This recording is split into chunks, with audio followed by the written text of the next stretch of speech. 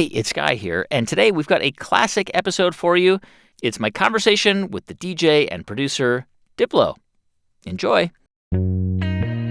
From Built It Productions, it's The Great Creators. Conversations about creativity with some of the most celebrated actors, musicians, and performers of our time.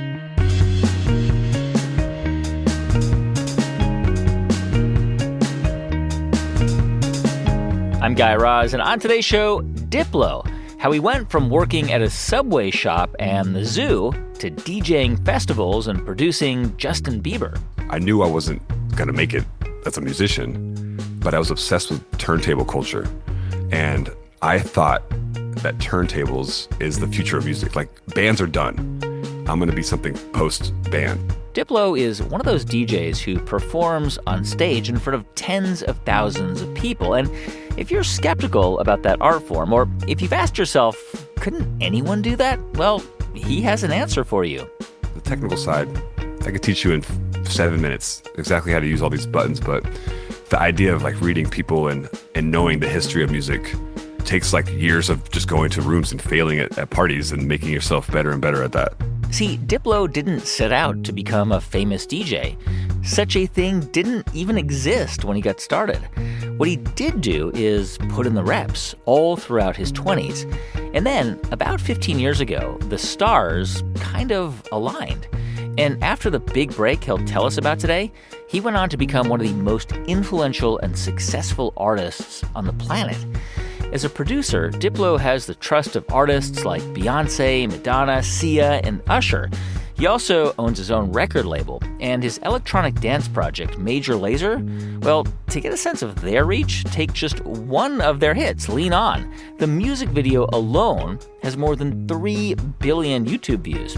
So on today's episode, you'll learn which artists influenced Diplo's taste, why, as a college dropout with no money, he refused to give up on his music dreams, how hearing a voice memo in a nightclub led to the Justin Bieber hit, Where Are You Now?, and why, at age 44, he's motivated by the idea that you're only as great as your last hit. That's all coming up after a quick break.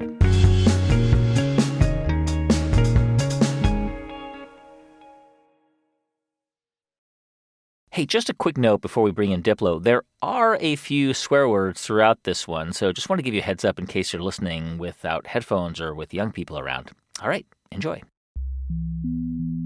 Diplo was born Thomas Wesley Pence, but he goes by Wesley or Wes.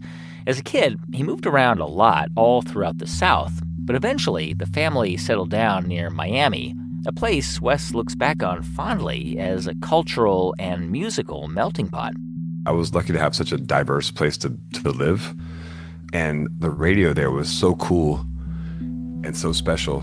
Like Cuban music, Latin music, Caribbean, or reggaeton. I think the thing about Florida is that we don't have a lot of history. Yeah. We're like a new thing. Right. People just built these tract housing, neighborhoods sometime in the 70s and the 80s, and you buy a house for $30,000. You don't move to a neighborhood that's all one thing. You move there because your family has that much money. So my neighbor was on one side, a Jamaican family. They had just moved here, and one of my friends was Jamaican. The other side was like a Jewish family. Yeah. And I was just exposed to, you walk to the park and there's like a dance hall party there. Yeah. You listen to the radio. I think the biggest music at that time was freestyle. Yeah. 102 Jams was a station that played a lot of Miami bass and freestyle, and I just loved that kind of music, and I loved hard rock, Metallica and Guns N' Roses, and I heard in the cars, and I heard people drive by in house parties. That's what you played. And when I got into like high school and like my a little bit older, there was raves, and they played this genre called Florida Breaks, and it was like a mix of real kind of ghetto music like Two Live Crew and Jam Pony Express, but all the way to like Magatron, which was like bass heavy. Yeah. You go to a rave and you hear that kind of music all night long, and then one room would have that, and I'm talking like when I'm 15 and wore these baggy pants and go to a fairground and go to a party. Right. Another room would have like a rap group, like Digable Planets would be playing. Yeah. Oh, and so good. Those two things, like the hip hop mixed with that rave music, was probably the first thing that made me excited about music. Like, this is defining. I want to be a DJ. Because like this could have been like a convergence, right? Like you could have gone down a different path. Like, I want to learn how to play music. And I think you learned piano when you were a kid, right? Like you did learn Yeah. some instruments, but that wasn't your thing. And were you like rapping too? Were you thinking, like, would you Yeah. freestyle rap and I did stuff? rap. Yeah. Well, I moved to Orlando right after high school. I graduated in Daytona. I went to a couple high schools, 3 different high schools, and it never really clicked. I just kind of was always into my Yeah. music. Yeah. But when I left Daytona, I moved to Orlando, and I was like, let me join the music scene here. And it was hip hop. And you were in college there, right? At the University of Central Yeah, I was Florida? at college there, Yeah. University of Central Florida. And I was producing little hip hop records for people, rapping on my own. Had a little rap group that we had a mixtape on. You can find it on YouTube or something, but just learning how to make music. And you're right. I did learn piano as a youngster, but then by the time I got to like 18, 19, I knew I wasn't going to make it Yeah. as a musician, but I was obsessed with the ideas of turntable culture. Yeah. And I thought that turntables and turntablism is the future of music. Like, Yeah. bands are done. Being a turntable person, scratching their instruments Yeah. and taking their music and sampling it, that is the future of music. It was just the turntable side. And I got older, I was like, learn how to use the MPC, learn how to use programs. But I always had this idea, like, the bands are through. Yeah. I'm going to be something post-band. And that's kind of what I was starting to do. That's interesting because this is still before like David Guetta and like the big wave of massive DJs that you would become part of that world. It's still a few years before that, but already at that point you were like, I'm going to make a career as a DJ, like, because that was not really a career path, right? I mean, not. No, there wasn't any DJs to look up to either. Like, Yeah. there wasn't anybody like, that's something I could do. It was definitely like I didn't have a plan, honestly. I was like, let me do this for now. I'm young and maybe I'll get a job soon, Yeah. but let me try to do this. And it wasn't, now I think if I was a young guy, I'd be like, wow, there's so many opportunities to be a DJ because Yeah. you see how many ways there is to be successful. But back then there wasn't much of a roadmap and we just kind of did it because I thought I was part of the culture. And I was like, I'm going to do something. This is where I'm from. I'm from Florida. I'm from Orlando. I want to be part of this culture we have here and I want to add to it. And I think I moved to Philly just thinking I had hit a ceiling. Yeah. Because there really wasn't anything to do there. Yeah. But I did like kind of cut my teeth and learn how to produce music in Orlando and just smoked a lot of weed and just got, had a bootleg computer with programs that my friend had downloaded for me. And I just did everything learning. It wasn't even YouTube back then. You had to like just trial and error everything. Yeah. And were you, I mean, when you moved to Philly and I mean, did you like start to buy DJ equipment with an idea in mind that like you do parties, you do events, like something like that?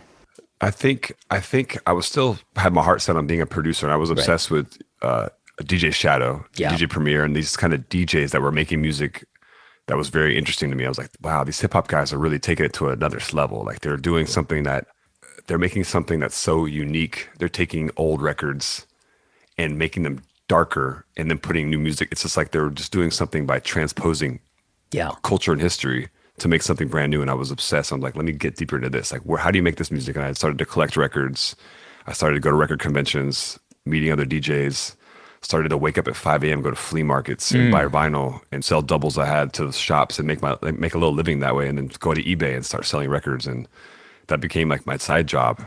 And then started DJing small parties and then moved on to the bigger parties and learned how to DJ. And that took a lot of time. Like people want to say, can I teach you how to DJ? A girl might come over and say like, let me learn how to DJ on the technical side. I could teach you in 7 minutes exactly how to use all these buttons. But the idea of like reading a room or reading people and knowing the history of music is such a skill that it takes like years of just going to rooms and failing at parties and making yourself better and better at that. Yeah. Were you, I mean, I know you eventually dropped out of college. Did you have the intention of going back, or like, was your family like, what are you doing? Like, what are you like doing up there? You're not gonna make a living playing records for people. Like, get a degree. Yeah, my dad was never supportive of like my career path or what I was doing, but he was very. I think after a little while living in Philly and just kind of grinding and like not asking him for money anymore, because I couldn't always pay my rent. Yeah. But eventually he saw me not asking for money, and I think that was a big success for him. Because all he cared about, he was like, oh, you're doing something. Because my dad never gave me any particularly useful creative skills, but he gave me a lot of determination and like taught me about responsibility and discipline. That it's probably the most valuable lessons I've ever learned in my life, because you can add that with creativity, and then like everything's possible when you have those things together.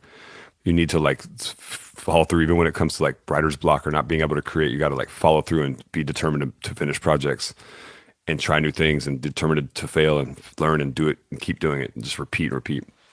Yeah, I think in Philly, I just hated. I had a couple jobs, and You worked at the zoo, I think, right? At a certain point? yeah, I worked at the Philly Zoo. I Yeah. worked at Subway. I was an usher at the movie theaters, taking the public bus home every night. Yeah. Putting my headphones on and listening to music and just dreaming. How can I get out of this? Yeah. And I ended up being a school teacher for a little while, and that was actually probably the only job where I was like, wow, this job actually means something, because I'm not working for some corporate guy. At the end of the day, the money's not going to the guy that owns Subway. It's these are kids that their lives are changed because I'm here. So Yeah. that was the first time I had a job. I was like, damn, this is a purpose that's meaningful. It puts in perspective what is work, you know? And I finally got that. And then I started shifting that towards my creative side. It took me a long time. I don't think I made money as a musician or a DJ till I was like 24, 23, 24. And that's pretty late. At that point, if you're not making it, I would have given up. Yeah. If today, but back then it's like, that was right at the cusp. Like, do I keep doing this? I want to be homeless maybe in a minute, or do I keep it? Do I try to give it one more go? And then, it worked. It paid off for me in the end. Well, what did it mean to try and become a producer and DJ in the early 2000s? I mean, today, somebody with a MacBook and GarageBand can pretty much, you've got Ableton, you've got all these off the shelf, easy, relatively cheap digital products. You've got a whole like symphony at your fingertips. What did that mean in 2003? Trying to do what somebody with a MacBook today could do.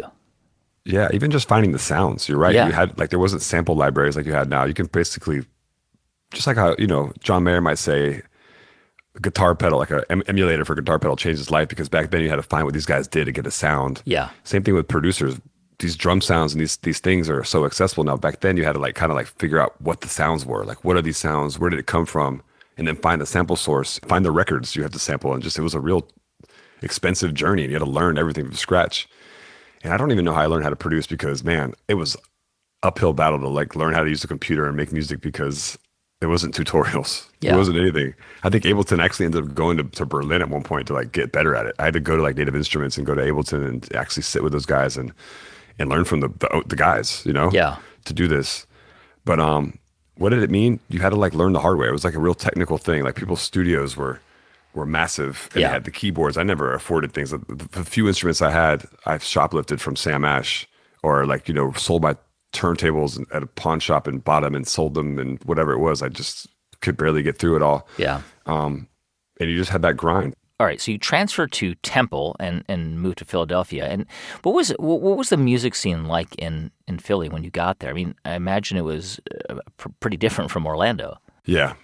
I was really lucky. I got to Philly and was part of this unique scene. It was a big, black music was having this crazy kind of resurgent, R&B resurgence. It was like Maxwell and Floetry and D'Angelo. All that stuff was coming out of this Philly scene. And I was part of that, not part of the music, but I was going to Black Lily on Tuesdays, and they would have the R&B party, and then I would play, meeting the DJs and the producers. We all were new. That was the music that you made then. You were working in R&B, and I was starting to be 1 foot there, working with those guys, trying to find my ways in studios, and 1 foot in this scene we started that was called Hollertronics, and the weird new hip hop stuff, and the younger, inclusive, weirder part of Philly. Yeah. The pre-hipster scene. And that was I was lucky to have both foots in both sides, and Philly was just electric at the time, because we had a little money from that R&B scene, and there was this new thing where we were just making parties on our own. Yeah, you were throwing parties in the city, and so you were making money, some money as a DJ, and then also trying to produce your own stuff. How would you describe did you have a sort of a lofty question, but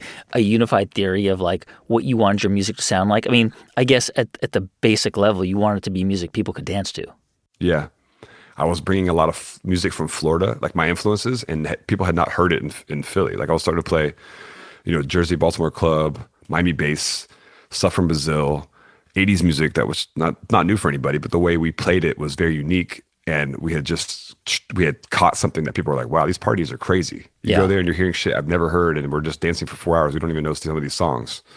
And we're playing acapellas and just mixing things live. We're doing quote unquote mashups. Yeah. which back then you had to do it live. You had to put a cappella and scratch the record Yeah. and cut into another record. We had 4 turntables, and we were really into this. We were really good DJs. And I remember Questlove even came to one of our parties. He was like, "Whoa, who are these people?" Like he was just like, because he was like Philly black music ambassador, and then we had showed him this like weird North Philly club, and he was like, "What are these people? This is like another generation, you know?" And we had just done something that was really unique and young, and I think what the perfect storm was that we were really active on the internet. So we had a message board for our party, and that was no one had heard of that. And everybody who was on the internet, we talked about the party, come to the party next week, and we traded music, and the music was being traded on this message board. And the message board started to go everywhere. I was getting booked in Australia. I was going to Sweden. I was going to like New York and the Bay Area. People were like, "We want to bring this party here," and they were on the forum, and it was a worldwide community. And that was like I had started to really grasp the power of the internet, and even the music I was playing, I was downloading from the internet. I was playing records that I just learned from my message board, or like all these kids were also like-minded discovery of music kids. You know, they were like, "Oh, this is a sound from Brazil. And they edited it, and they made a song. We would download it, we played at our party. But we were great DJs. We weren't just like playing whatever we found. We were like mixing it and putting a context to the music that really worked in a new way. When we come back after a quick break, Wes connects with an up-and-coming artist, taps into the power of the internet, and takes the music world by storm. Stay with us. I'm Guy Raz, and you're listening to The Great Creators.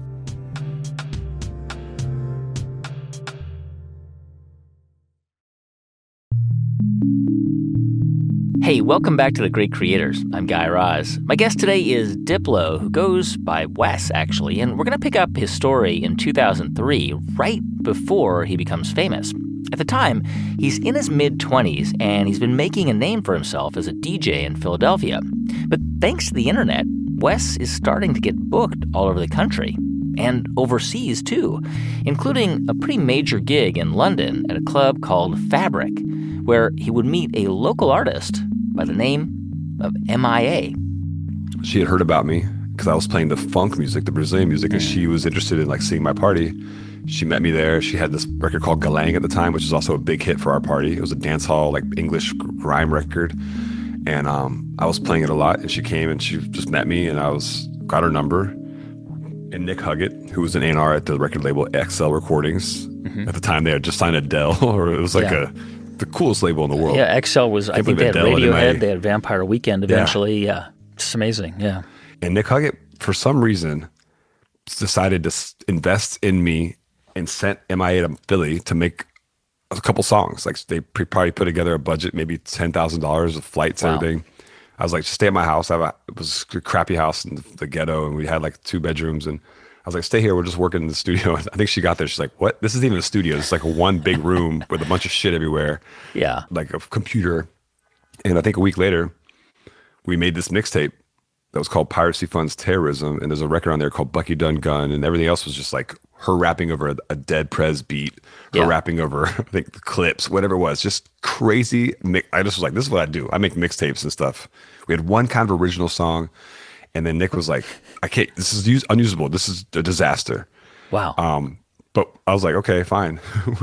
I started selling the mixtape on my own, and I must have made $200,000. You just by like bootlegging this mixtape. Wow. Just took it to record stores. Yeah, I just went door to door. I went to New York City. I printed a couple mixtapes. I'm not a guy that was doing it for 75 cents a piece. On cassette or on vinyl or what? On CD. On CD. On CD. And I would sell like a box of 40 to Kim's Video in New York City. I'd send some to Turntable Lab in Brooklyn. I would send some to the Bay Area. I'd send like a box of 200 to Australia. Yeah. They would refill the orders every 2 months. I was making just cash. Like, for me, I was like, I know the music industry. The mixtapes are going viral on the internet. And me and her started to date. We started to make music together. She was just like, at the time, the most important artist there was. She was complete anarchy, chaos, Sri Lankan girl from London that made like kind of crazy music, post 9/11. She was like leaning into the terrorism side. It was very bizarre. And because she's Tamil, right? And obviously she's Tamil. Spoke a lot about Tamil. Her father was a Tamil tiger, but I saw the power she had over the internet and the attitude. I was like, this girl's got it all. And she got signed to Interscope off of the back of off of the back of the mixtape we made in the album. Wow. And I was like, it blew my mind. This is all coming to Paper Planes. Anyway, we broke up. We got back together. And one day we were living together in New York, and I made that Paper Planes beat. And she had a little freestyle over it. We were watching The Wire at the time, and we just wrote this rap. And there's actually YouTube of us making the video or making the song. And then we made that song. And we had these kids sing the hook. All I want to do is boom, boom, and shoot the gun. And it was like, they were like, we can't put this on the album. This is like, take your money and gunshots in the chorus. They're like, this is terrible. And we fought to put it on the album. And it was a little song tucked in there at the end of her record. And there was a movie called Pineapple Express with Seth Rogen. Yep. And he smoked weed to that song, and it went viral. It was a part of the commercial for the movie. And that song just exploded. Crazy. Yeah. And I started to, all my connections I had at the time, I called everybody. I had this rapper named Rich Boy. There's a guy named Bun B from Houston. I was like, can you guys do verses on this? Can you add this to mixtape? I sent it to DJ Khaled. I told everybody, all the hip hop guys, like, play this record, please. And everybody played it for me. Funkmaster Flex played it in New York, and it became a hip hop record. People were mixing in it because I put rappers on it, and it really took off on the hip hop stations. Yeah. First, and it reached, I think, maybe 1 or 2 on the charts. It got nominated for Record of the Year that year, which was a huge fiasco because people were like, what the hell is this? It sounds like shit. It was written by people they never heard of.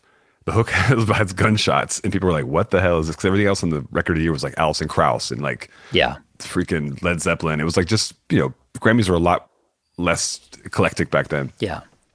How do you, I mean, and this applies to, a lot of all your work, and I want to talk about a few specific tracks, but just on that track for a moment,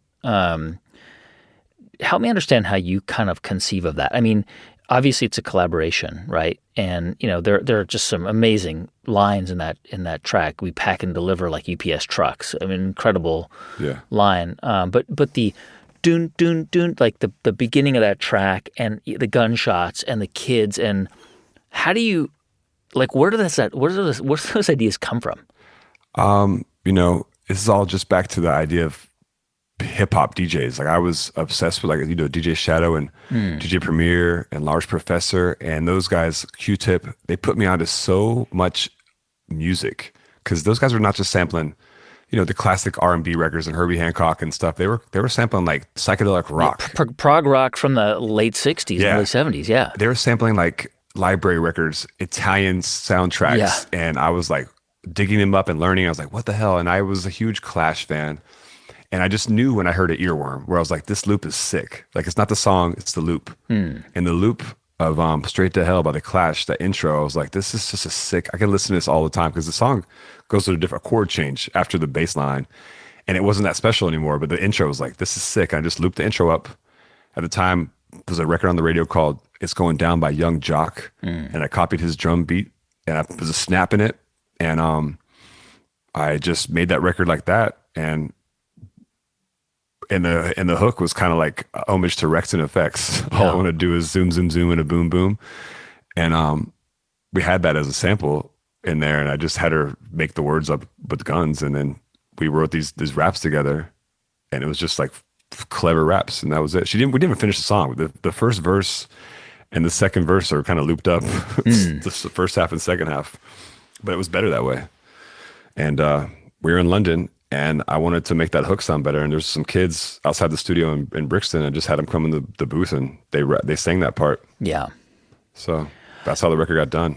I wonder how you, like, when you hear bits of other pieces of music that you think this could be something like I'm thinking of like one of the most like iconic ones is "Toxic" by Britney Spears, right? They sampled. I think it's like Lata Mangeshkar, like this really famous Indian singer, right? And most people don't know that. But when you hear that, like that Clash riff or something, where do you file that in your head? Do you write it down? Do you have like a system where you can remember that you want to go back to it? Yeah, I mean, some records I just remember as like in my history of, just being a connoisseur of music in general. All that stuff's filed away.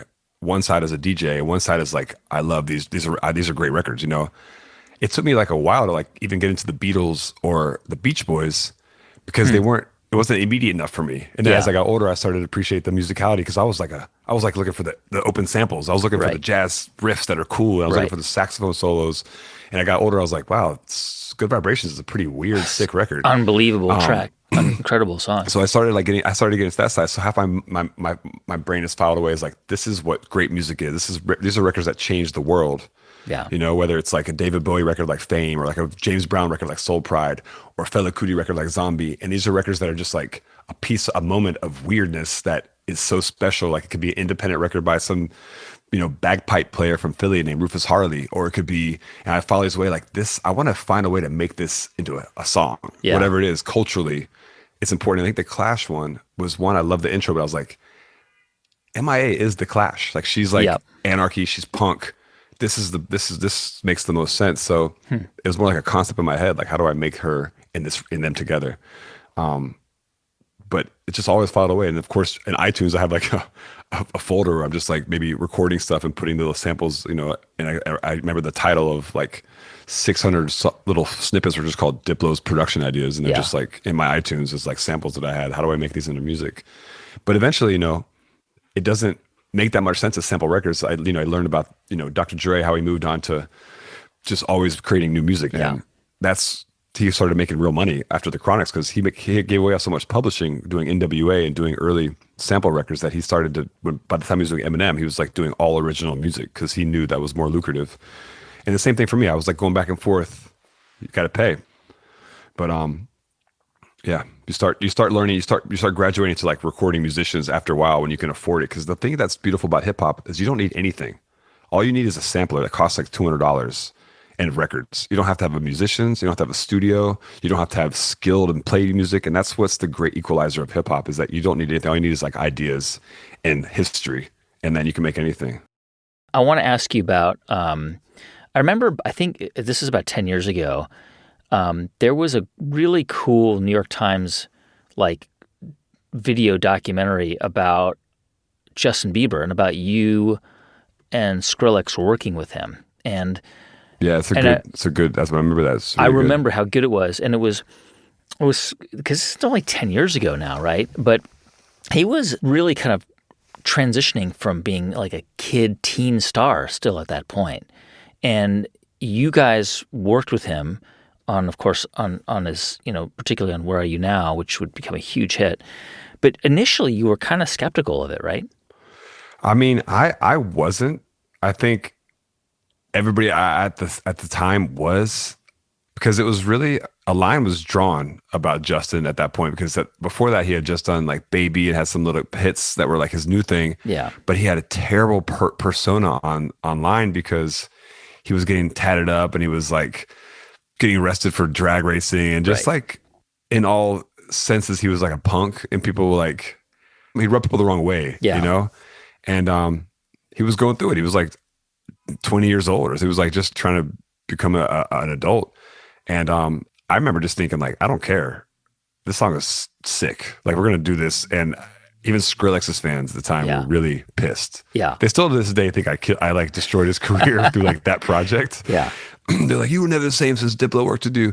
But it was like such a special project and such a special album. And it really had the no rules apply to this project. We really did everything. We're not EDM, we're not house, we're not pop, we'll do anything. We just want to make crazy records that you immediately see like, what the fuck? Like when you hear them, you're like, it's almost like punk, you know, the way we were doing it.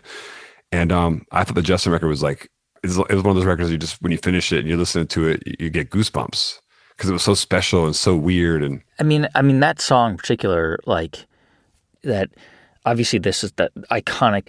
I'm just, forgive me because it's gonna sound terrible, but like, the little whale sound, like how do you? Because you knew that song was a great song, and so what I wonder is, and it's probably the answer is no. It's impossible to know, but can you take some like, and I'm sure that this is the aim of like, you know, record labels when they're like, hey, I want you to work with Justin Bieber, or I want you to work with Madonna, or whoever it is, because you're a hit maker, which isn't always the case. You can't always make a hit. You just don't always know.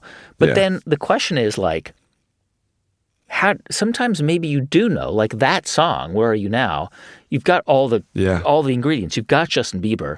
You've got, Skrillex. You've got Diplo. But you've got to create the sounds and the tightness of that song. So how do you think about making something that is going to really catch people's ears? Well, it's a good question because you got it right. You got to catch people's ears. At that time in the music, everything was kind of homogenous. And what we were doing was just like, besides just putting Justin on it, was a polarizing person at the time and being weird tempo and like, but a great voice. Just so unique. Yeah. One of the best voices of like this whole scene of music. I knew that you put all those things together, something's going to happen. It's either going to be not a hit or a cultural moment or whatever it is. We just had too much energy. And we had a great video too. The video was so awesome. Yeah, with the squiggly lines. Yeah.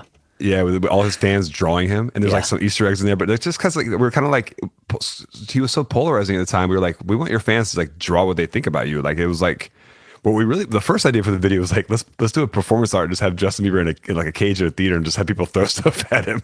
It was like that. So you're literally not just thinking about the song and how to make that song, but also the video too. You're part of that process. From the beginning of my career, I think it was a perfect storm of like knowing the internet, knowing what marketing is, knowing the tide of music's changing. Always trying to be a catalyst because when I produce records at this point, the last 10 years, I've always been like, I got to make something that's going to be like what's 6 months going to sound like, because that's what we're always aiming for. We're trying to be the freshest producers. Like I do that because I was so influenced by the Neptunes and Timberland, who were always making records from the future. Yeah. And that style of like head scratching, like that's the first thing you have in your mind is like, this is so unique. And then you give the song a chance afterwards. And we had a great song and had a unique sound. But I was really lucky at that point in my career because I wasn't like, I didn't have a lot of pressure on me. I wasn't like Ryan Tedder or The Dream where like, you get me in the studio, you're paying top dollar, I'm guaranteed going to give you a hit. Yeah. Because those guys he's a hit maker. Yeah. I was different. I was another thing. They were like, we got to reset our career of this guy. With Usher, they were like, let's bring Diplo in. I know him. I know he's got good intentions and he's got this history, but we need something that's going to be unique. Yeah. So I was always like the guy that's like, I'll be the weird guy. I'm going to make the B-side, but it's going to be something that people are going to talk about. Because you need a talking point. You don't need just like a bright record like Yeah from Usher.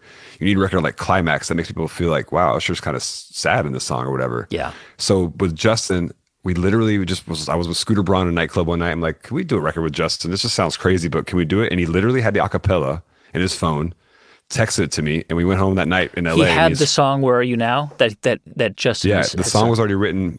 It was already written by Pooh Bear. Mm-hmm. And Justin had done it. It was just a piano backing. Doon, doon, the beginning intro piano. And then it was like just piano and Justin.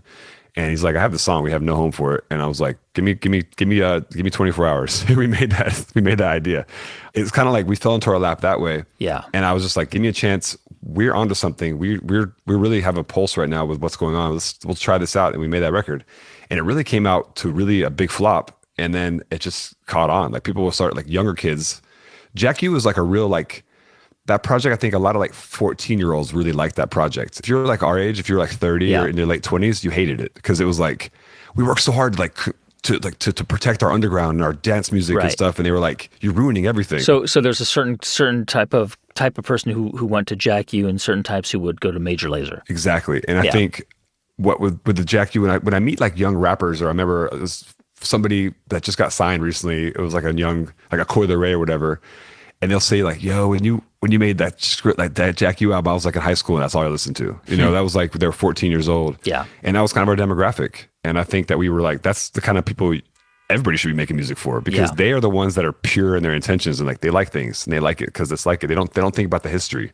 They don't think about like, what's this backstory about this person? Is it woke enough or what is it? They're just like something you hear it. Like when you're 14, I remember the first time I heard like Nirvana, I was like, I'm going to play guitar. Like it just hits you and you're like, this is raw as hell. And I think that project had the same thing. It was so colorful. When we come back after the break, how Wes collaborates with major artists from Lil Wayne to Madonna, the tricks he uses to sell his ideas, and where he wants to take his career next. Stay with us. I'm Guy Raz, and you're listening to The Great Creators.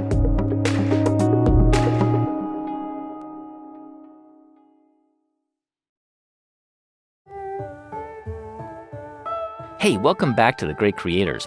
Let's get back to my conversation with the DJ and producer Diplo.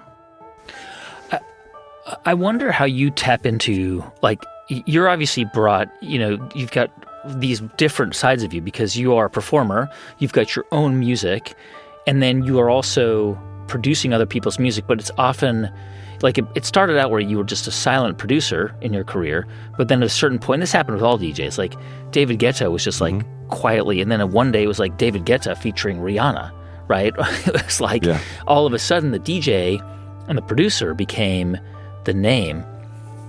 When you have an artist that wants to work with you, like Madonna, for example, we've had Oak Felder on the show, we've had Ryan Tedder on the show, and we've talked to them about how they work with different artists, right? And so when you get an artist who comes in, do they say, hey, I don't know what I want to write, and can you help me write a song? Because you are a songwriter. I mean, you're a lean on, you get song credits, you got writing credits on some of these songs. How do you channel what they want to say, what they want to express, what they want to sound like? Do you talk to them? Do you interview them? Are you like a therapist, or do you just kind of just go into your sort of quiet place and start messing around? Yeah, I mean, when someone like Madonna hits me up, or like it was like Mary J. Blige, I remember had a meeting with me, and there might be a sound that I'm hearing from like our world, like it's house music, or it could be like something from Africa, whatever it is. I'm like thinking this is something that's happening right now. Yeah. How do I integrate that into like something that this person's voice would really work with? Or how do I collaborate the styles together? Because that's all music really is like my job as not being the best guitar player. I didn't learn how to sing gospel in choirs, but I'm like a real integrator of things. Like I hear things and I want to mix things up in a way that it becomes something brand new. So like with like country albums like that, I just like, how do I do like hip hop and country in a way that's not cheesy like it reads on paper? With Madonna, it's like, how do we reintegrate house music in that Chicago style? Because she came from that world. She came from underground New York, and then she went to drum and bass, and then she went to straight pop, and then she did everything. She went to ballads, and that was the idea. Like, how do we make a piano house record with her? Because she's like, but how do you get the artist to trust you, to trust your vision, or is it rather you are trying to realize their vision, or how do you find that like compromise? Sometimes they might have an idea from the scratch, and I'll do my best to do whatever they want and lean towards what I want to do. Other times they're like, give me anything, and I'll have like some concepts and we go through it. What majority of the times happens is we write a song on the basic bare necessities, like just guitar or piano, and I will trick them into doing a tempo I like, and then I will mix it up the way I think about it, because they don't, drums are so important to records, but the drums and the production are really just like clothing on somebody. That's a beautiful model, right? But every season she's going to wear whatever that season's is, she's going to wear the Balenciaga, or she's going to wear the 70s, the retro, but like it's still Bella Hadid. So like for me as a producer, we're just dressing you up a great song, a beautiful person in whatever is the current outfit, or what we think is going to be the outfit that's going to be in 6 months. So if you give them the bare necessities, you can really see that's a great record. I mean, when I hear like lean on covers by like 7-year-olds on pianos and guitar, I'm like, you have a great record, because they're doing it from like, they're just doing it grassroots and the basics. It's an incredible track. I mean, that's on my running playlist and my workout playlist to this day. It's an amazing song. Yeah. But you have to make sure these records break down to the basics. They have to be great songs first. And then a lot of times people think I'm just like a weird EDM producer that's just plugging a lot of buttons, but we write records from scratch, from just guitar. And that's what I learned a lot with country. It's a lot of acoustic. It's that you can't just give people drum beats and they're going to sing over it. It's impossible. And also drums change. Drums are like the thing that you do last. Like when I would give writing demos to someone like Stara, or a great songwriter like Nisha, or Jazzy, or like a lot of these young girls that are doing great songs right now, most times they want them without drums at all. Yeah. They want just like a rhythm. And they write better songs like that, because the drums are, it's whatever at this point. But I'll give them the drums that I hope fits whatever the style we're going for is. But a lot of times I've just manipulated the artists by like giving them something and making sure everything that we've done is their idea. Yeah. Like really lean into this, like, oh yeah, try the piano. Oh, you like this piano? Try this piano, whatever it is. And then it's get to where it's enough material for me to then do whatever my dream would be, and then try that out. A lot of times I've done it, like they're like, I hate this. Yeah. I go back to do another one. Say with LSD, with a project I do with Labyrinth and Sia, those things are like they're very basic when I make them, but Lab is still so unique with the chord progression and the sounds he uses. Yeah. And it takes me like 6 months for everybody to be on the same page. Like Thunderclouds by LSD was Such a good track. such a different Such a record. great song. I literally heard a Sturgill Simpson song off his first album, and it was like a big band kind of Elvis record. And I was like, wow, this has castanets in it. Like, boom, and I was like, it's like the beginning of, it has an intro, welcome to the world polywog, and then there's like a breakdown that goes into horns and drums. And I just like, this is such a sick production. And I said, I'm going to do that with Thundercloud. So I just tracked a bunch of instruments, did the castanets, and it has that kind of like Elvis-y, Latin, Mexican band kind of thing. And it was perfect. And it matched her vocal. And the record was so different before that. But I just thought like, this is something like a new style. It was literally like, we did like this kind of Western Mexican big band thing that the song was written on just like piano with like cheaper drums. So sometimes I just have an envisionment, and that was like the fourth version I did, fourth style, and I was like, this might be the one, guys, and they liked it, and that was probably like version 48, but we nailed it in the end. What does it mean to be 44 and to do what you do and to make music that still, I mean, you can go, I think you were just in, I don't know where you were. I followed you on Instagram, so I can't remember where you were. But like, you can play in front of like 80,000 people, and most of them are kids in their teens and 20s. Where do you sort of see your career going? I mean, you have done hundreds of things, worked with the top artists, made huge hits yourself. You can, I've seen you quoted like you've said, I don't want to be like an aging DJ, but I guess I don't know what's wrong with that. Is there anything wrong with that? You know what? That's a great point, because I used to not know if there was a way to age gracefully as a DJ, but it's completely wrong, because all these guys are getting better and getting booked more. And you have guys like Solomon, who are like deep house DJs that are older than me, that get booked more and more, and they become better DJs. Like they can, the older you get, the more you can integrate brand new records and old records and, teach kids the classics and redo them. And I think it's one of the few things that you can get better at, You might lean more into disco or techno and not playing like the flash in the pan TikTok records anymore.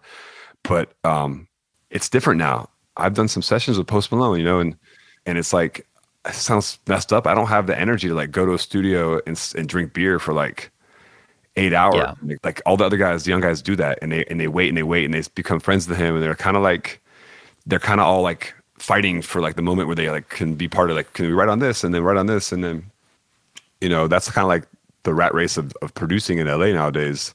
That's not that exciting to me. I used to do that. I used to grind. Like I used to be hip hop session. I would be late nights, man. Like 2 Chainz. I'd be there. We would drink lean together, and I'd stay there until the record got done, and we'd cut a record. I've done all that. It's not that healthy lifestyle, but I've done that when hip hop was hot, and I was excited about it. And then some artists I worked with passed away. It wasn't exciting anymore for me. But so at this point, I've just I'm 44. I just started to do my own thing. If someone wants me to come in the project, like there's a couple ideas. Otherwise, I stay home. People come write with me. I love some constant people like Sway Lee will come to my house a lot. I love writing with him. I love this girl, Sierra Farrell. She's a writer, and I must text her like every day. She's a younger country artist, but I just love her voice. I love Saki. I love Jazzy. Stara, and we write records, and then they're always like, maybe Beyonce will take this, maybe it's Rihanna, maybe it's Madonna, but I'm also I'm ready to put these records out myself now, and that's always funner because I think of like the market. I'm an A&R at the same time, and I always think about like what's the home for this record and how can this be successful, because the record itself is only like 20% of what it could become. You need like a story behind it. You need the marketing. You need a plan. You need a culture about that artist or the song, and that's what's really important, and that's something brand new. 10 years ago, you didn't need that. The record did do 90% of the job, and now it only does like 10. How much are you driven by the need or the desire to create, to make more stuff? I mean, is that like fuel you need? Do you need to go like hang out with Sway Lee and work on a song late at night, or I don't know, just to hang out with Mark Ronson or somebody, a collaborator, and come up with ideas? I constantly need it, and I think a lot of musicians that I've collaborated with and I've worked with, a lot of us do suffer from like bipolar issues, and it's weird. But the more creative the person is, I feel like the more emotionally unstable they might be, and it's a good and bad thing. Sometimes it's a curse, but that's just kind of like, that might be the only real connection with creativity, is like emotional impact because you're just a highly emotional person when you're really creative. And when I don't create and I'm not like feel like I made records or I'm not like giving myself the time to build things and like, oh, I always have like 45, 50 demos that are just sitting in my computer and it just changes every month. Like it's another 45 demos or whatever. So if I'm not always like doing that, I do find myself being depressed. Like if I'm not creating, it's become something that's like, I gotta do more because that's the one thing I'm good at. Yeah. And also just as the person that the way I grew up in my family, I never being unproductive feels like bad. Yeah. And not constantly. It's just that's kind of how my dad raised me. Like leaving money on the table was like a sin, things like that. So I'm constantly that's behind me. That's a voice behind my head. It's always like go do more. Plus you have this platform. Go take advantage of it. What's more? I mean, look, anybody in your position, mine, anybody who's doing any kind of public work, you're going to have people who hate what you do, right? And you've got them. And critics, which is fine. It's fair game, right? You're a public figure, you're fair game. But I wonder what's more important to you, to make music that lots of people enjoy, or to be respected and to be thought of as like an innovative producer and DJ? Like if you think about your legacy, right? Would you think about, I don't know, Burt Bacharach just died, right? And he's got a legacy of one of the greatest songwriters ever. Is legacy and the way you're thought of by your peers more important to you or important to you at all? Or do you not really think about that? I do think about it. Now that you said that, when we were covering a lot of my career, I was like, damn, I did a lot of shit. But really, in this world, in this industry, you're only as good as like your last song. Yeah. A lot of people put that weight on you in the music industry. When it comes to like fans and people that are really paying attention and doing the history work, they might have a different opinion. But I'm thinking the same way. I'm thinking I'm only as good as like this project. I have to make this project as good as possible. Yeah. And I'm constantly just like looking forward. Even though I've done a lot, I'm always looking forward. And I think that's what great artists have always done. I think it's such a miracle that I'm still doing this and I'm still excited because the minute that I'm not into the music, I'm going to be out of it. Especially as a DJ, it's very difficult for people that don't love it, to go out there and DJ every night. Yeah. And I know a lot of guys are hitting me up like, can you send me a folder? Like I got booked for this show. And I'm like, I do it every night. I'm part of the culture. I love going and seeing the guys who play before me, the guy or the girl who's playing after me. And I want to go there and I want to try these records out. We just put this record out by this amazing Haitian guy named Francis Mercier on my label. I'm like, I want to go play this record tonight. And, I want to see what the crowd likes about it. And then maybe record it and put it on the internet because I can see like this has a great reaction. And it's such a small part of the career, but that's actually excites me. When I just was at the Grammys and stuff, and that's whatever. But like I was playing an underground party on Monday night in New York, and I'm like, I want to play this awesome new record. So, I don't know what the answer is because now I'm thinking like maybe just like chasing little highs here and there, but I just love music. I have one more question for you, which is, what is something that you feel like you're not quite as good at as you want to be? Either in how you think about music or how you produce music or how you write or record, whatever you do, or beyond that. What's an area where you're like, I look at other people and they're better than me and I want to get better at this? I think at my age, I've really realized what I'm not good at. And I bring people to work with me that are better at that. Yeah. I don't have a lot of pride in like doing everything all the time. Because I'm terrible at like sound design. Like Skrillex was literally the best person I've ever seen sit in front of a computer and make things sound the way they do. Huh. So I work with him, same thing with Switch earlier, who was my partner in Major Lazer in the beginning. It's like someone like Ryan Tedder, just like an endless fountain of hooks and melodies that I don't have. But sometimes I do have it. So not having the pride, I really wish I could understand how to manipulate the internet as good as someone like Doja Cat or Lil Nas X, because that's something that is really fascinating to me. And they're able to get so much traction on their music in such a way that when people complain about social media and, warping young people, like some people just own it and like they destroy it and they meld it to themselves. And that's like a very powerful person. Like those two artists I always mention because they're just bigger than the social media themselves. Like they just have such a control that I don't have. And always like running the narrative themselves and like making things that are exciting and unique. I wish that was one thing that could be really beneficial, because I feel like I'm always dragging myself into like the internet and trying to, getting right, because you have to be there. It sucks. It's a whack place to be, but you have to be there to make the records. People pay attention to your records. I wish there was a button to make that a lot less cringy. That's one part of the music industry that everybody's got to be part of. Yeah. And then I really wish I could just pick up a guitar and like rip, Metallica style solos. But man, if I just had like, and also check this out, that would be like, oof, what a party trick. That's Wesley Pence, better known as Diplo. Throughout our conversation, you heard him mention country music a couple of times, and for good reason. He's just put out his second country album. It's called Diplo Presents Thomas Wesley, Chapter 2, Swamp Savant. And it's available right now. By the way, if you're a visual person, we made a special resource just for this episode. It's a mind map of Diplo's creative journey, charting all the musical influences he mentioned and how they connect to his own work. You can find it at thegreatcreators.com/Diplo. And you can find all our other amazing episodes at thegreatcreators.com or in our podcast feed, wherever you're hearing this episode.